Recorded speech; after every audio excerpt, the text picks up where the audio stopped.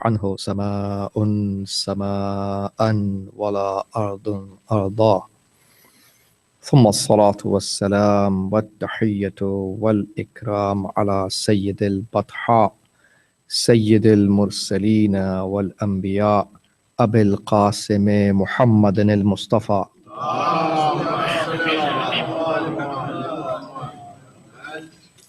وعلى الجوهرة القدسية البتول العذراء سيدة النساء فاطمة الزهراء وعلى بعلها أمير المؤمنين وبنيها الذين أذهب الله عنهم الرجس وطهرهم تطهيرا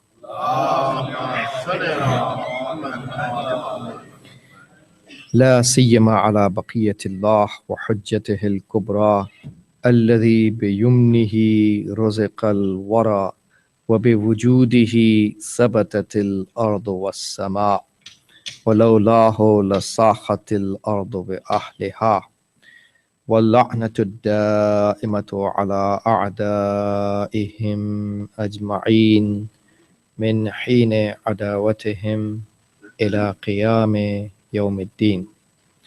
أما بعد، فقد قال رسول الله صلى الله عليه وآله وسلم: أفضل أعمال أمتي انتظار الفرج. صلوات.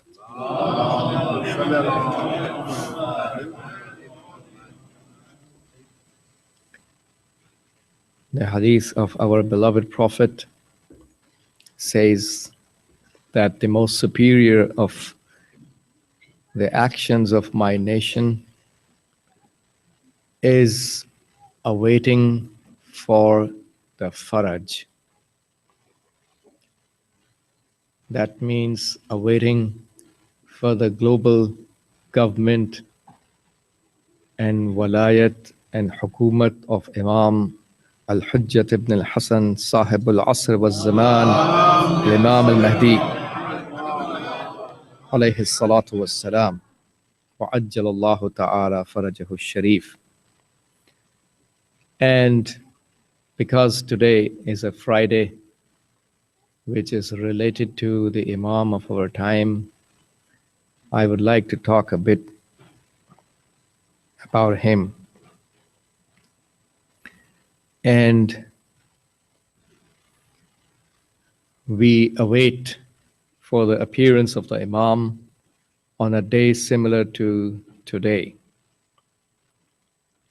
In the ziyarat of our Imam, we say, هذا يوم الجمعة المتوقع فيه ظهورك. This is a Friday, and your appearance is expected in a similar day. Because when he would appear, it will be a Friday, relaxing his back on the wall of the Kaaba between Ar-Rukn al-Yamani and Maqam of Ibrahim, between the Yemeni pillar of Kaaba, that corner of Kaaba which faces Yemen, and the Maqam of Ibrahim. And when he would appear, there will be announcement of Jibreel heard by every human. Yasma'u man bil mashriq wa man bil maghrib. Every person in the east and every person in the west will hear the call of Jibreel in his own language and understand. And those who will be sleeping will be woken up by Allah to hear, and those who will be unconscious will be made conscious by Allah to hear the divine announcement of the Commander-in-Chief of the universe arriving. And Imam Sahib al-Zaman alayhi salam, when he appears,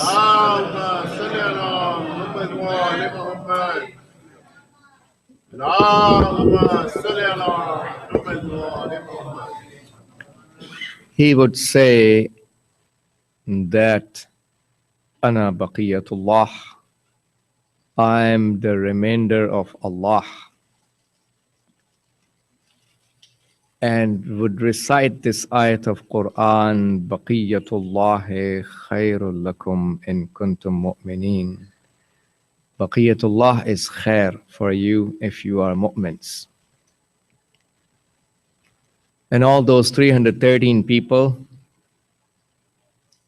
will join the Imam from far and wide corners of this planet in the fraction of a second with tayyul ard, with squeezing up of the earth. And because those are those great personalities who have the karamat and miraculous capability of squeezing up the earth for their travel. And each one of those 313, when they would reach the Kaaba and meet the Imam, will address the Imam by saying, Assalamu alayka ya Baqiyat Allah. Salam be upon you, O Baqiyat Allah. And Ayatullah al-Uzma Sayyid Ali al-Qadi al-Tabatabai, the teacher of Allama al-Tabatabai and the teacher of Ayatullah al-Uzma Bahjat and teacher of so many, one of the greatest arifs of the entire history of Shia religion, used to say that Imam alayhi salam is going to say something into those 313 and they will all disperse on various corners of the world again and come back after a while to join the Imam. And he said that I know what Imam is going to say to them. So we are proud to have personalities like Sayyid Qadi al-Tabatabai. How in the world can he know what Imam is going to say until he is also part of the 313, right? So we are proud of these personalities. And in Ilm al-Irfan, we call those people to be Rijal al-Ghaib, the men of the unseeable world. There are people in every corner of this world assigned directly by the Imam who are performing the assigned tasks. And every morning when they wake up, they can recognize the presence of the Imam in whichever corner of the world he may be present by sensing the beautiful smell that comes from the ruh and soul of the Imam. Because every Ma'soom has a unique and great smell. The hadith says, يَكُونُ رَائِحَتُهُ أَطْيَبَ مِنْ رَائِحَةِ الْمِسْكِ. The smell of the Imam is purer than the smell of musk.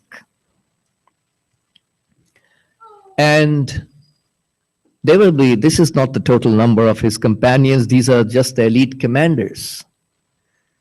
And we have an obligation, brothers and sisters, that we recognize the Imam of our time. Not just know about him. Knowing about the Imam is not a big deal. We can Google and find so much. Even the agnostics and atheists know about him. And he's the awaited savior of the entire planet, awaited by various religions. So everyone knows about him. Every person who searches a bit knows about him. When this is not the sign of the salvation of an individual to know about the Imam. Even the worst of his enemies knew about him.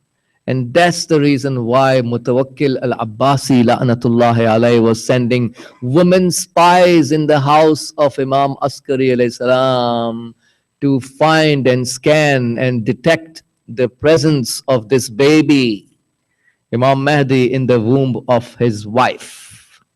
So even the worst of the enemies, which are in the bottom of the hellfire, knew about Imam Mahdi alayhi salam. But the Prophet did not say, Man mata wa lam ya'lam Imam zamanahi. Mata mitatan jahiliya. Whoever dies and did not know the Imam dies a death of ignorance. No, that's not what the Prophet said. Prophet said, Man mata wa lam ya'rif. Whoever dies and did not recognize the Imam of the time, didn't have the ma'rifat, not the knowledge, ma'rifat. Knowledge is with everyone. Ma'rifat of the Imam of the time is the key to our success. So don't feel proud that we know Imam Mahdi alayhi salam is the son of the Holy Prophet and the son of Imam Askari alayhi salam, and he's born in Samarra, and this is his lineage, and this is the name of his mother, and this is the name of his father. That's called knowing about the Imam. That's not called the ma'rifat. We are not required to know just that much. There has to be something that distinguishes us from the rest of the people and even the enemies of the Imams who knew that much.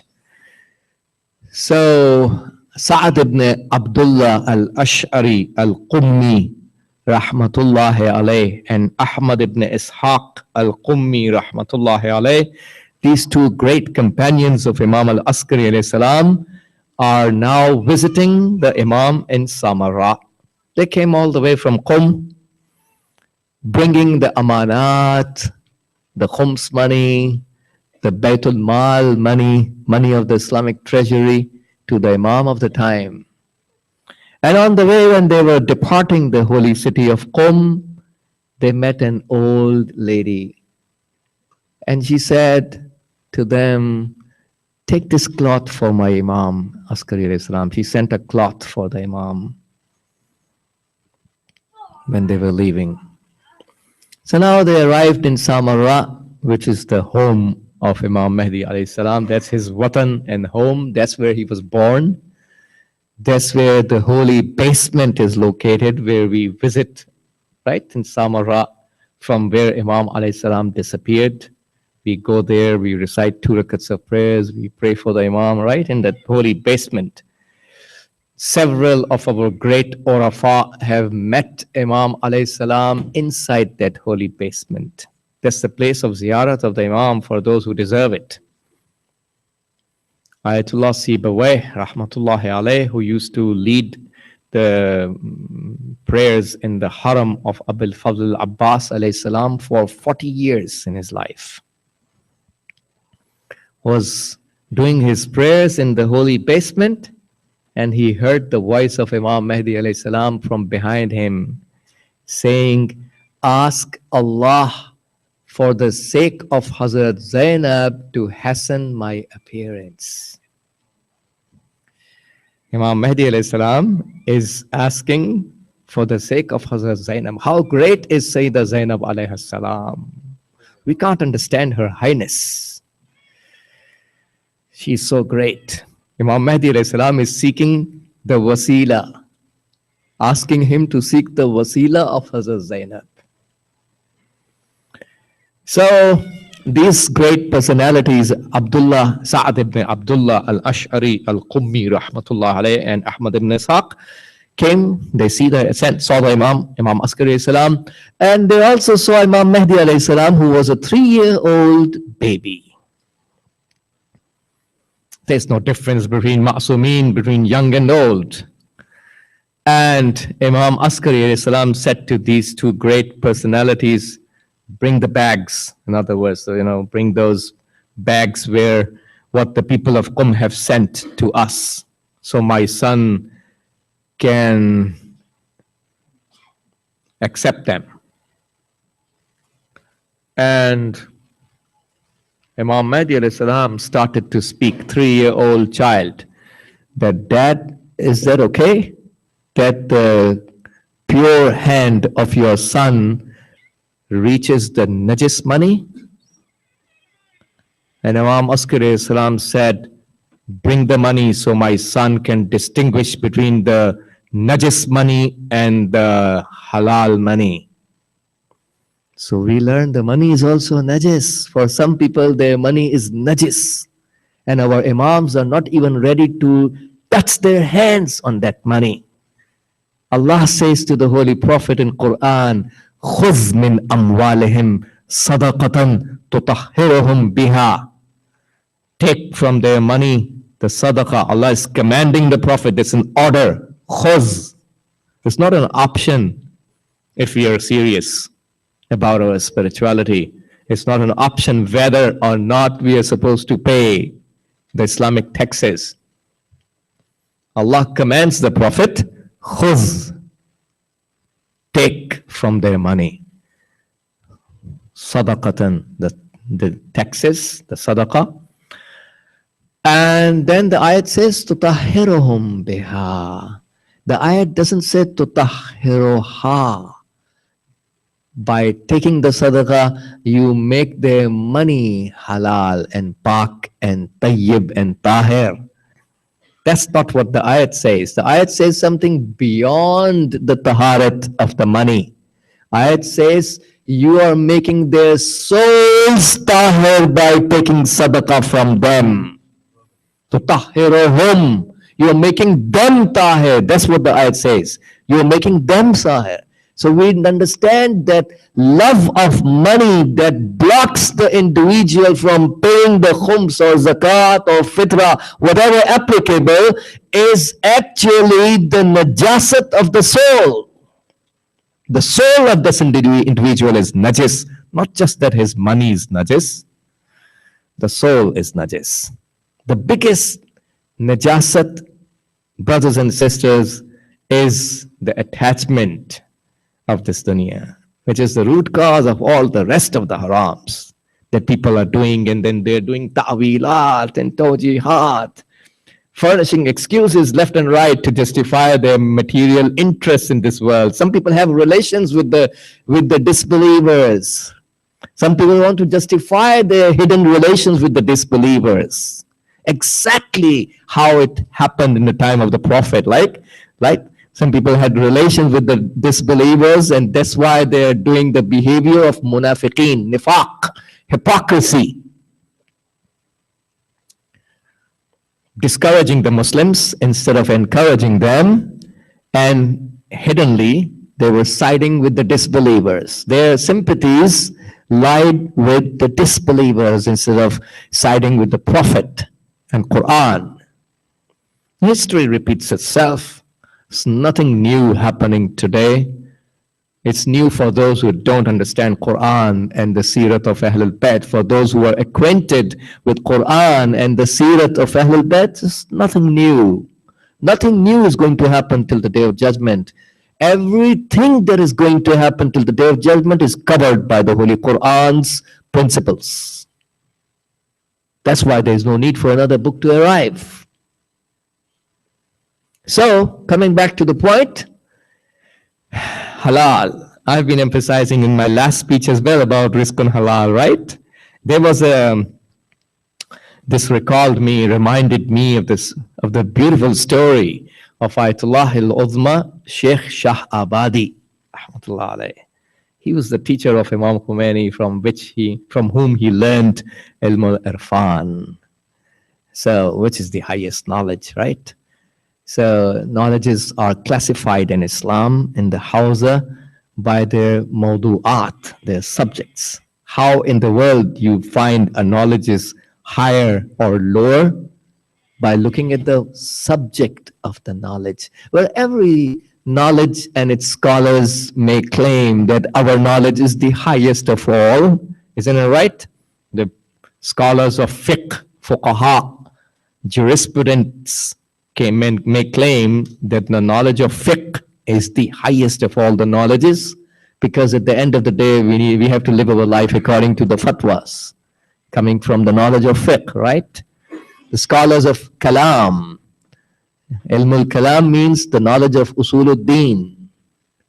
So we call them mutakallimin. The mutakallimin can claim that the knowledge of the Islamic belief system is the most superior of all the knowledges, because that ensures, that brings the iman and faith of the person, and everything else is founded on the faith.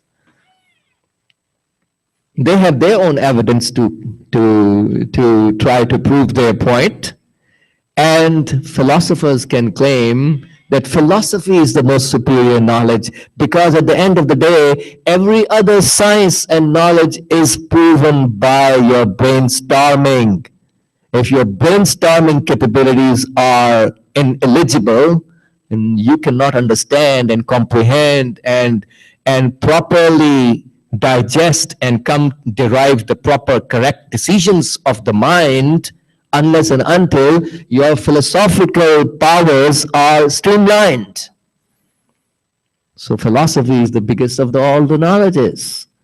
And so forth. I don't want to continue to take more time of yours. Every science and its scientists and scholars have their own evidences. But when it comes to the fact of the matter, the most superior of all the knowledges, beyond any doubt, is the knowledge of irfan, which stands for, and I said to you already, how we classify a knowledge to be superior or inferior is based on its mawdu and subject. And because the subject of ilm al-irfan is none but Allah subhanahu wa ta'ala, so this is the evidence that knowledge of irfan is the most superior. Having ma'rifat and in-depth recognition of Allah and his representative, Imam Sahib al-Zaman, Imam al-Mahdi alayhi salatu wasalam.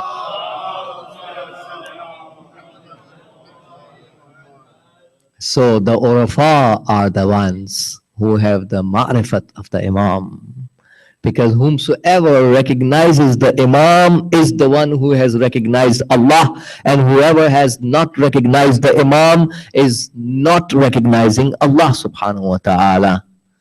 The ma'rifat of the Imam is synonymous with the ma'rifat of Allah, because Imam of the time represents Allah in all of his attributes and names without exception. So the Urafa are the ones who are having the ma'rifat. So it makes perfect sense why Ayatollah al-Uzma Sayyid Qadi al-Tabatabai rahmatullah alayh, such a great spiritual mentor for so many of the Urafa. He used to say, if a person spends half of his life searching for an Arif mentor for his life, it's worth it, because the rest of the half would then be corrected and guaranteed to be leading towards success.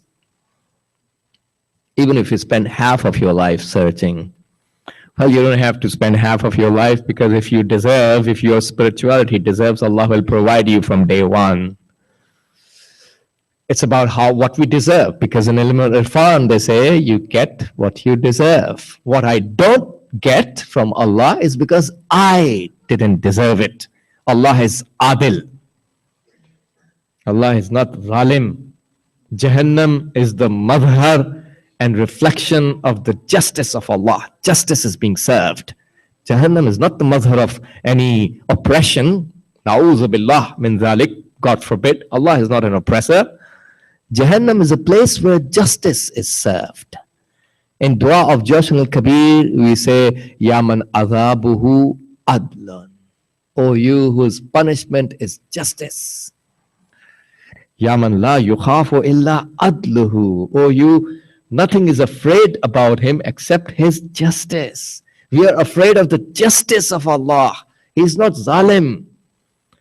Because if we do the wrongs, his justice dictates to treat us differently as compared to those who are pious, who have behaved well. It's justice to treat us differently and punish us. So coming back to the point, Ilm al-Irfan is the highest.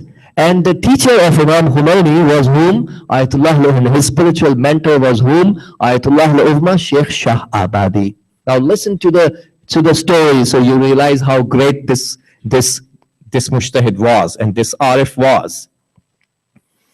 And he taught the irfan to Imam Khomeini in his childhood. And Imam Khomeini in turn became Ustad al-Urafa, teacher of so many of the arifs. 350 plus mujtahids are his students.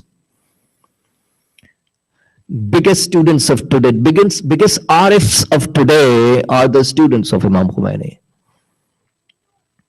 So, Ayatollah Uzma Shah Abadi used to live in Tehran and lead the Jamaat prayers in a masjid. And one person came from a village of Iran to Tehran, and he came to that mosque in that neighborhood. He started to pray behind him.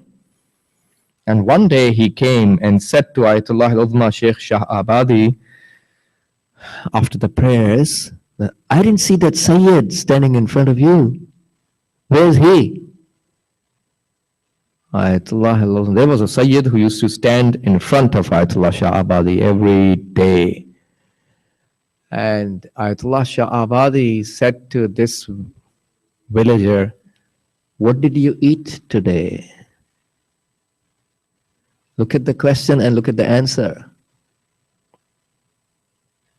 And he said, yeah, today what happened is that every night that I used to come to pray behind you, I was eating food from my home. But today what happened is that I went to the marketplace and I eat something from the market. He said, yeah, that's the reason you are not seeing that Sayyid tonight. So there was Imam Sahib Zaman alayhi salam coming every day and standing in front of Ayatollah Shah Abadi and praying there. And today this person is unable to see the Imam because of one luqmatul haram in his stomach. These people deserve to be Ustaz al-Urafa, right? Who are seeing the Imam alayhi salam every day in their lives in that duration. So Alhamdulillah, Tashayyu is proud to have these great personalities, and these people are usually not recognized. A lot of people in the Islamic Ummah don't even know about them, or their names, or their services, which is unfortunate, but that's the way it is. And they don't want to be recognized either. Allah subhanahu wa ta'ala recognizes them, and Imam Sahib al-Zaman alayhi salam recognizes them, and that's enough for them. They don't need any recognition from anyone else. So, rizqun halal, rizqun halal. How much important is that? So, bring the money so my son Mahdi, my son can distinguish between the najis money and the halal money. Now they brought one of those bags in front of Imam Mahdi alayhi salam, 3-year-old baby. And Imam said, before they opened the bag, Imam said, there's one dinar, there are this many dinars in the bag, and one of those dinars is haram. And the sign of that one which he's talking about is the one that dinar is coined in Ray, in the city of Ray. They found out that was the same dinar. And Imam said the owner of that, see what he did. He had some wool, 1 man and a quarter wool. Man was the standard measure of those days. Just like today we have kilos or pounds. So 1 man and a quarter wool, and he took to a shopkeeper, in those days they used to weave clothes from the wool of animals. So he took to that person weaving the clothes to weave some cloth for him. And after a while, when he went to get his clothes tailored, that tailor said, what happened is that there was a theft taking place in my shop. So I'm sorry, I don't have your wool remaining. Nothing remained in my shop. Everything is gone. So now this guy wanted compensation. So in compensation, he charged him, instead of 1 man and a quarter of the wool, he charged him 1 man and half. That means 1/4 more of the wool. And the quality of wool, Imam Mahdi alayhi salam says, that he received was higher than the quality of wool he gave to him. So two deceptions here. You are receiving a higher quality wool instead of a low quality wool that you gave to that guy. And plus you charge one more quarter of the wool in the amount, in the size. So that's haram. Imam is not ready to touch his hand on that dinar. And the second bag has 50 dinars, and all of them are haram. Imam Mahdi didn't bother to touch his hand on the second bag either. In the tawqi of Imam Mahdi alayhi salam, tawqi in the ilm al-riwaya, in the knowledge of narrations, we call to those of the narrations which were coming from Imam Mahdi alayhi salam in the lesser absence period, to one of his four deputies. Deputies used to send the queries of the people in the written form to the Imam, and the answers used to arrive in the written form. Those narrations in the knowledge of narrations are called as at-tawqi'at al-mubarakah. So this is tawqi. That means this narration is narrated from the lesser absence period time. That Imam Mahdi alayhi salam said in one of his tawqi'at, amma amwalukum فَلَا نَقْبَلُهَا إِلَّا لِتَطْهُرُوا. As far as your money goes, we don't accept it except for the reason that you guys become tahir. If Imam alayhi salam didn't accept our money, then najasat of the soul will still remain inside the soul. So it's not just about the money becoming tahir. Our souls are cleaned by the Ma'soom Imam when they receive the khums money from us. Our souls get cleaned up. If the people understood. And there's shaitan who are delaying of khums. There's so many people who never pay khums, right?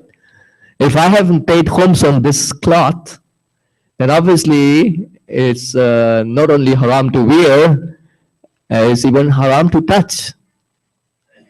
Who gave me the license to touch the property of someone else without his permission? Do I have permission from Imam Mahdi alayhi salam? Do I have permission from Hazrat Fatima alayhi salam to touch their property without their permission? Obviously all the prayers are batil. Needless to mention. So these are things which are very important in our lives. It's not just about the money getting, it's about the souls. So Imam says in Tawqi, amma amwalakum, as far as your money goes, فَلَا نَقْبَلُهَا إِلَّا لَتَطْهُرُوا. We don't accept it except for the reasons that you people become tahir. And then Imam says, وَمَا آتَانَ اللَّهُ خَيْرٌ مِمَّا آتَاكُمْ. What Allah has already given us, what Allah has given us is better than what Allah has given you people. This is the arrogance of the people, right? Because they think they have too much. The more money we make, more arrogant we become. It's all about money, right? All about money, making centers of $14 million, $22 million in such and such place in North America, and putting ban on all those ulama who talk about Yawm al-Quds. You better open a casino. You want to worship your desires, do it right. Do one thing, but do it right. Okay? You want to worship your own desires, you want to implement your policy instead of the policy of Imam Sadiq alayhi salam on the Islamic Center? Okay? Do one thing, but do it well, or don't do it. You think it's going to be accepted? Who are we trying to fool? Ourselves. Ourselves. These are the biggest silly people on earth, because after believing they are misbehaving. They're the biggest silly people on earth. Imam says, وَمَا آتَانَ اللَّهُ خَيْرٌ مِمَّا آتَاكُمْ. So you're not ready to talk against the biggest Yazids and Shimmers of today. That will be discussed when the Yawm al-Quds comes up, right? And there's a trend also going on. Some people want to talk against. Every time you bring up the discussion, it ends up on Al Saud. Well, Al Saud are the most evil people, right? but they are not the root cause. They are puppets. You cannot solve none of the problems of Islamic Ummah if you keep what I call diverting. It's a diversion. There are some people who are doing diversion in the Shia communities. You are diverting the attention from what the leader has said. First of all, are you the leader? Who gave you the right to decide the political policies of Islamic Ummah? Are you the leader? Just go to the root of the matter. Who gave you the license to decide the policy? To mold the minds of the community? Are you the leader? So stop claiming a position that you don't deserve nothing of that. And we are the ones who condemn Saqifa, right? Second of all, Al Saud are not the root of the problem. They are a big problem, but not the root of the problem. They are puppets. The root of the problem are those Zionists who have been creating the Al Saud before the Second World War, and those are the Zionists who are sustaining the Al Saud after the Second World War. Right? And you are putting a ban on the mention of Yom al-Quds, which will talk about the Zionists of today, right? So nothing of the problem of Islamic Ummah can be solved. Because even if you run a campaign of diversion, diverting the minds of Shia Ummah towards Al Saud, what is going to happen? Mubarak will go and Sisi will be brought back, right? Nawaz Sharif comes and Benazir comes, and Nawaz Sharif comes and Zardari comes, right? Is that what you want to do with Saudi Arabia as well? Remove Al Saud, bring another family which is subservient to their root cause bosses who are sitting at the root? This is what the silliness of some people is. Diversion, diversion. Why? Because they're not connected with the leadership. That's the root cause. We think we are smart. No, we are not smart. We cannot outsmart the wisdom of Ahlul Bayt alayhim as-salam. So coming back to the point I was mentioning, Imam alayhi salam says in his tawqi, ma atana Allahu khairum mimma atakum. You got this $5 million, you have some shares, you're winning some shares in Wall Street, and now you become so arrogant that now you want to implement your policy in the Islamic Center, right? Imam says what Allah has given us is better than what Allah has given you guys. So, coming back to the point, all of the second bag is full of haram. 50 dinars, all of them are haram. Imam Mahdi is not ready to touch his hand on none of those 50 dinars. That means he's supposed to give back the whole bag to those people. Which people? This guy who sent the bag, he had a farm. He had some farmers employed who were working there. And when paying back to the farmers, Imam Mahdi alayhi salam says, in old days, they used to weigh the crop and give some of the crop as the compensation to the farmers. So when the crop was given as a compensation to those farmers working on the farmland by the owner gave them less. He weighed less of the crops as the compensation from what they deserved. So Imam said, whole of this bag belongs to those poor farmers, those farmers. Give it back to him and tell him this belongs to them. How much the soul of the Imam disassociates himself from the haram and najis money.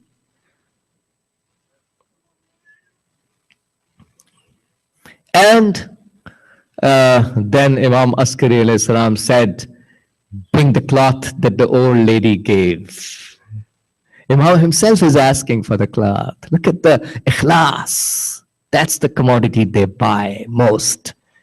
Sincerity. That old poor lady, where in the final moments of them leaving the holy city of Qom, she came forward. When you are going to meet my Imam, give him this cloth. He prepared a small cloth for the Imam. Imam Askari said, give me that cloth the old lady made. And Imam Askari took the cloth. He stood up from his place, spread the cloth under him, and then sat over that cloth, which is the dalil and evidence that that cloth was tahir. Tahir. It was not najis. Otherwise, Imam would never sit. Poor people, we're never supposed to, humiliate or consider anyone to be lowly. Isn't it right? There's a story of one of the very famous orators, Khutaba, and when he died, one of his friends saw him in the dream and asked him, "How's your situation in Barzakh?" You used to recite so many majalis for Imam Hussain alayhi salam. Obviously, it's a pride for a person to do the zikr and remembrance of Ahlul Bayt. Such a great pride. So you did so much throughout your life. You did majlis. How's your situation? He said, all of my majalis were rejected because of riya and showing off. Nothing was bought there. Everything got wasted, except one majlis which I recited. And in that day, I remember, in that day I was passing by on the street, and there was an elderly lady coming to me, poor lady. And she said to me, "You are a very famous orator, Khatib, but I am a poor lady. I do a majlis once in a year in my house. I don't have much money to pay you. But if you can please come and read in my house as well." And it came into my mind to go, and I went to her house, and there were some poor elderly ladies sitting in front of me in a very small slum house. And I recited the majlis for that lady. And when I left, she was paying me some little amount of money. I said, "No, I don't need it." She said, "No, you have to take the money because I keep on saving this amount throughout the year for one majlis of Imam Hussain alayhi salam." And I accept it so the heart of the lady I don't go breaking the heart of that lady, which is so good. And he said, the only majlis of mine that was accepted in Barzakh was that majlis, which I recited for the poor lady. What did we do with ikhlas? They buy ikhlas and sincerity. So, and then Imam alayhi salam, Imam Askari alayhi salam said to Sa'ad ibn Abdullah al-Ash'ari, asked the questions that he has brought questions from the people. And then he asked his first question that there are some sects of Islam who say that the reason why Allah asked Prophet Musa, "Fakhla'na alayk innaka bil wadi al-muqaddas tuwa." Take off your slippers. You are in the holy valley, Tuwa.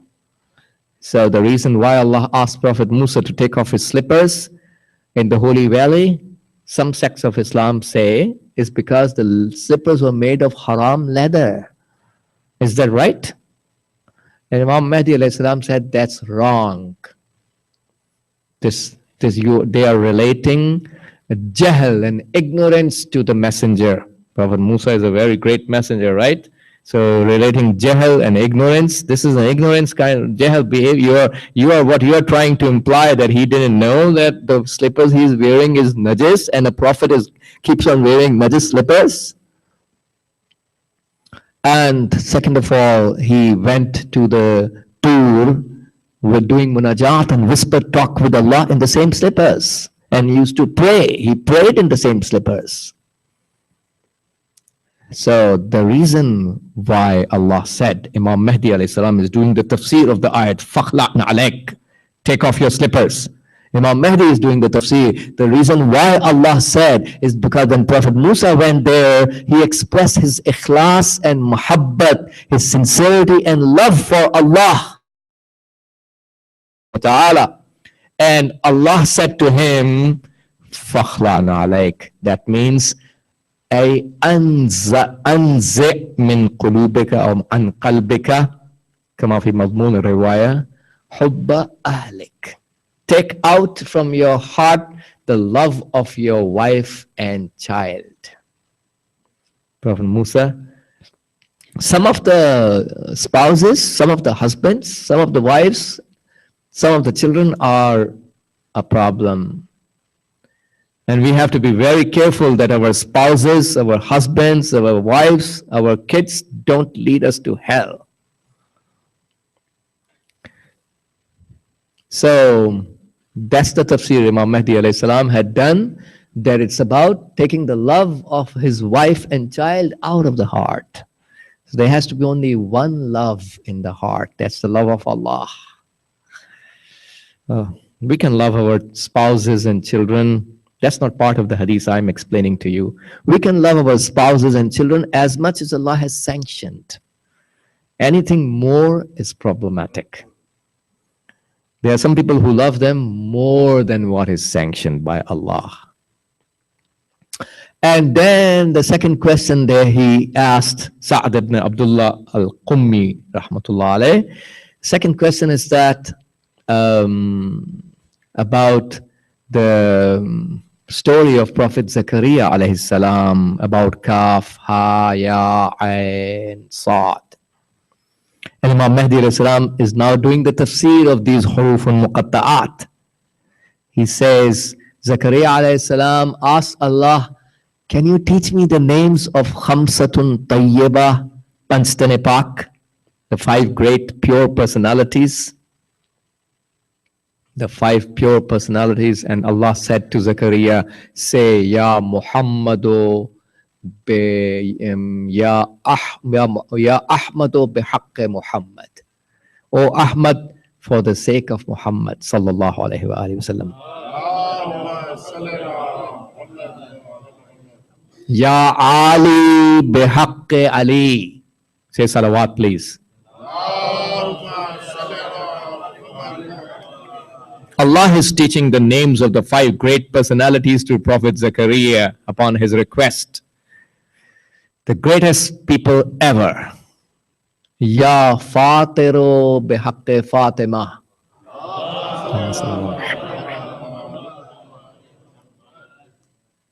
Ali means the great, the high. Fatir means the creator. Ya Fatir bihaqqi Fatima.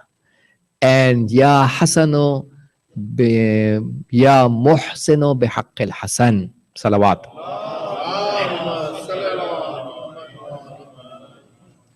Oh, the good doer for the sake of Hassan.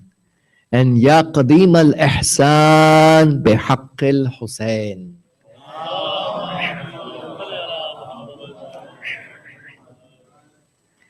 So Zakaria alayhi salam says to Allah, when the first 4 names, his heart became happy. But when the 5th name came, which is Imam Hussein alayhi salam name, he started to cry. And he asked Allah, what's the issue with this 5th name that I ended up crying? And this is where Allah subhanahu wa ta'ala said to him, Kaf, Ha, Ya, Ain, Sa'd. And then Imam Mahdi alayhi salam is explaining the tafsir of these huruf al-muqatta'at, that Kaf stands for Karbala, and Ha stands for the Halak and Shahadat of Imam al-Hussein, and Ya stands for the killer of Imam al-Hussein, Yazid, la'anatullahi alayh, and Ain stands for the atash and thirst of Imam Hussein. And Sa'd stands for the sabr of Imam al-Hussein.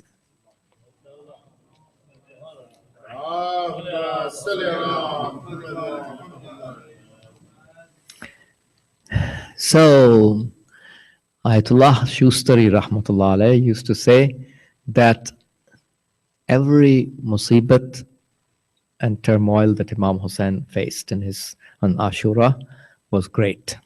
And you can't say this one is higher, this musibat was lower. All of them were so big. But having said that, he used to say the biggest musibat of Imam Hussein was his atash and thirst. This was what Ayatollah al-Uzma Shustari rahmatullah alayhi used to say, and he has his own evidence for his claim. He said the evidence for the claim is that whenever Jibreel recited the masa'ib of Imam Hussein towards any prophet of Allah, he always recited the musibat of the thirst and atash of Imam Hussein. And he used to say that Imam Hussein had salam, see, when you become thirsty, naturally you rotate your tongue inside your mouth to make it wet. Right? You're already falling short of water in your body. So Imam Hussein has rotated his tongue so much that now the blood started to come out of his tongue. His tongue became so dry out of atash and thirst. We don't know how much thirsty he was. On the 7th of Muharram, water ended in the camp, right? But since how long Imam Hussein himself was thirsty, we don't know. When the water is short, obviously you give to the kids first, right? Especially for a person as Kareem as Imam al-Hussein, who is Kareem ibn Kareem. He would definitely give preference to others over himself. Allah knows how much thirsty he was. Since how long, we don't know. When Ali Akbar alayhi salam came to his dad to, after doing a little fight, when he came back, Imam Hussein alayhi salam showed his tongue to Ali Akbar. Imam Hussein showed his tongue to Ali Akbar, and the narration says, Ali Akbar replied, Baba, your tongue is even drier than my tongue. Imam Hussein salam cried a lot. They made him to cry so much. Ana qatilul abarat. I am the killed person. I am the one who is killed out of tears. So much he was made to cry so much. But in some of the occasions, my Mawla cried with a loud voice. And tonight I want to talk about one of that personality for whom Imam Hussein cried with a loud voice.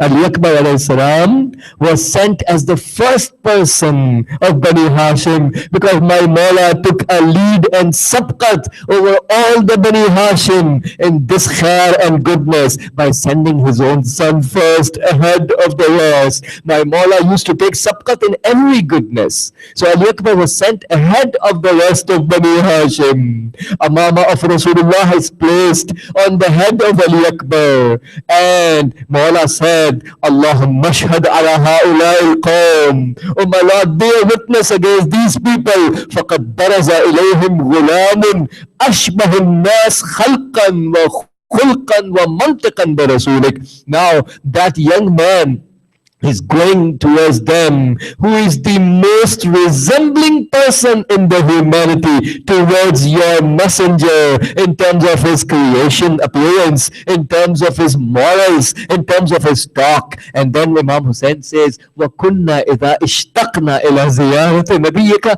نَظَرْنَا إِلَيْهِ. And when we used to be eager to do the ziyarat of your prophet, we used to look at him.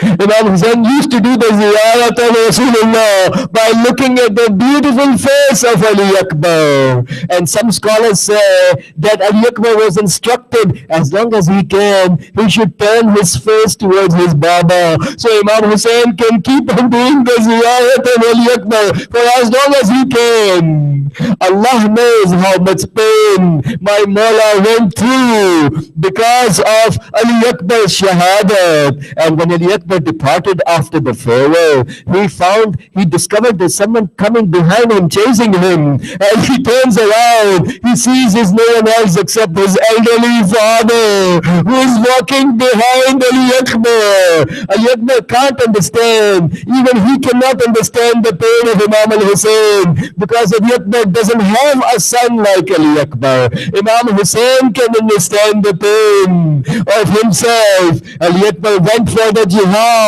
Imam Hussein cursed Ubay ibn Sa'd by saying, قَطَعَ اللَّهُ رَحِمَكَ كَمَا قَطَعْتَ رَحِمِي. May Allah cut your lineage the way you cut my lineage. And after a while, Ali Akbar comes back to his father, demanding some water. He became so thirsty, demanding the water from his father. Well, how can Imam al-Hussein give the water when it is not available? Imam showed his tongue. tongue. Ali Akbar said that sentence. Your tongue is even drier than my tongue. Ali Akbar said something into the ear, whispered something into the ear of his father. And this is where the riot says, فَبَكَى بُكَاءً عَالِيًا. My Mawla started to cry with a loud voice. Then Sayyida Zainab asked her brother about the reason for crying with the loud voice. And Mawla replied, the tradition is that the father does wasiyat and will towards the son. Today the son is doing wasiyat and will towards the father.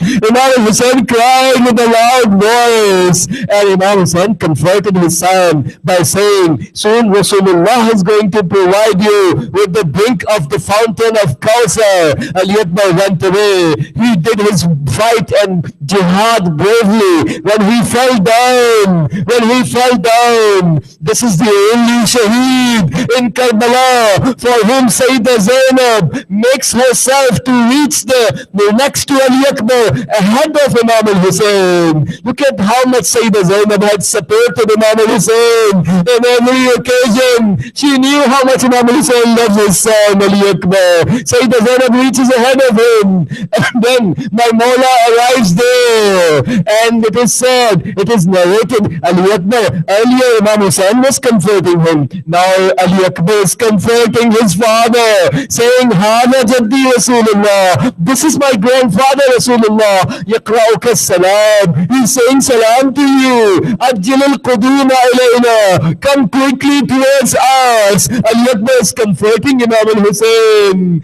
by saying that statement. Then there was a piece of the spear that was stuck into the chest of Ali Akbar. How can the father tolerate his son in such a pain? Imam al-Hussein is now about to take that piece of spear out of the chest of his son.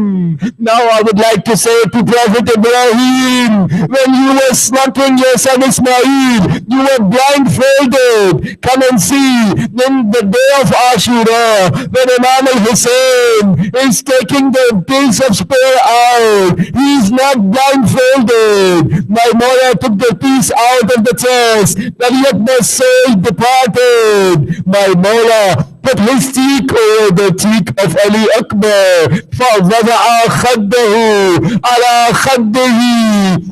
This is where my Mawla says the sentence that really shakes the conscience of every individual. My Mawla putting his cheek over the cheek of Ali Akbar. Ala dunya ba'daka al-afa. There is no use for this dunya after you.